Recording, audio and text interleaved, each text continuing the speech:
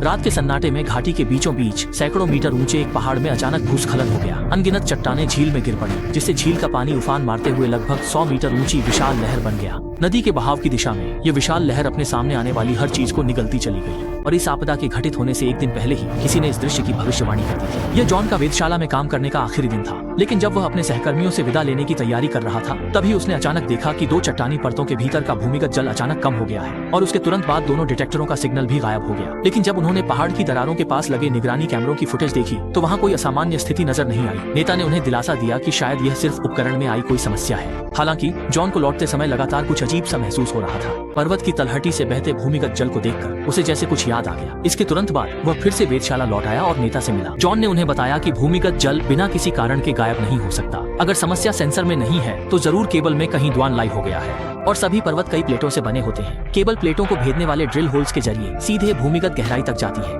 Cable के द्वान लाई होने की एकमात्र संभावना यही है कि इन प्लेटों में विस्थापन हुआ हो, जिससे केबल कट गई हो। अगर प्लेटों का विस्थापन बहुत अधिक हो गया तो ये पूरे पर्वत के ढहने का कारण बन सकता है। ये पता लगाने के लिए कि उन दोनों डिटेक्टरों के साथ आखिर हुआ क्या था, जॉन और उनके एक अन्य सहयोगी जैकब हेलीकॉप्टर से उस पर्वत की दरार वाली जगह पर पहुंचे। इसके बाद दोनों पूरी तरह से सुसज्जित होकर केबल के सहारे दरार के सबसे गहरे हिस्से तक उतर गए। यहाँ हर जगह पर्वत दरार की निगरानी और चेतावनी प्रणाली लगी हुई थी, जो दरार के विस्थापन और कोण की रियल टाइम निगरानी कर रही थी। इसके बाद दोनों ने उन 2 समस्याग्रस्त डिटेक्शन होल्स को अलग अलग खोला और केबल के सहारे दूसरी तरफ लगे सेंसर को निकालना शुरू किया। जैसा कि जॉन ने पहले ही अनुमान लगाया था, दोनों केबल्स कट चुकी थी और यह स्पष्ट रूप से सामान्य क्षति नहीं थी। निश्चित रूप से पहाड़ में बड़ा विस्थापन हुआ था, लेकिन नेतृत्व का मानना था कि मामला जॉन के कहे अनुसार इतना गंभीर नहीं है। उन्होंने और अधिक परीक्षण करने और डेटा इकट्ठा करने के लिए और भी डिटेक्शन होल्स ड्रिल करने का फैसला किया। लेकिन जॉन ने उन्हें चेतावनी दी कि अगर पहाड़ में एक बार भूस्खलन हो गया तो 80 मीटर ऊंची समुद्री लहरें उठेंगी और सिर्फ 10 मिनट में गेरांगर पूरी तरह से तबाह हो जाएगा।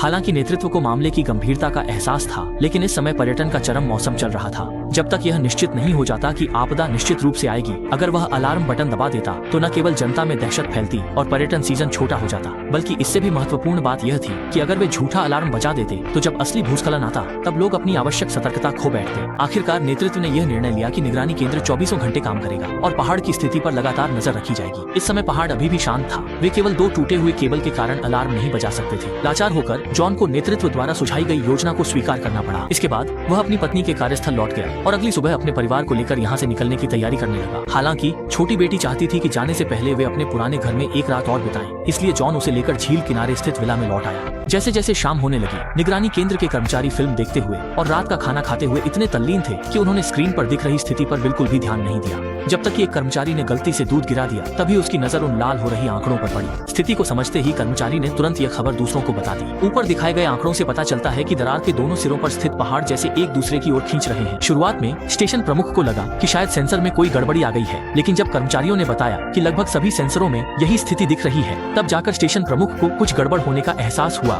उसने 2 कर्मचारियों को रीडिंग को फिर से कैलिब्रेट करने के लिए कहा और फिर तुरंत याकूब को बुलाकर दरार वाली जगह पर निरीक्षण के लिए निकल पड़ा। जब वे वहां पहुंचे तो पहाड़ में हल्का सा कंपन हुआ। इसके तुरंत बाद स्टेशन प्रमुख ने देखा कि डिटेक्टर पर दिख रही रीडिंग्स और मॉनिटरिंग स्टेशन में दिखाई जा रही रीडिंग्स बिल्कुल एक जैसी हैं। इसका मतलब था कि सेंसर में कोई गड़बड़ी नहीं थी। इसी दौरान अपने घर में मौजूद जॉन को भी कुछ अजीब सा महसूस हुआ और इसके बाद उसने तुरंत फोन मिलाया।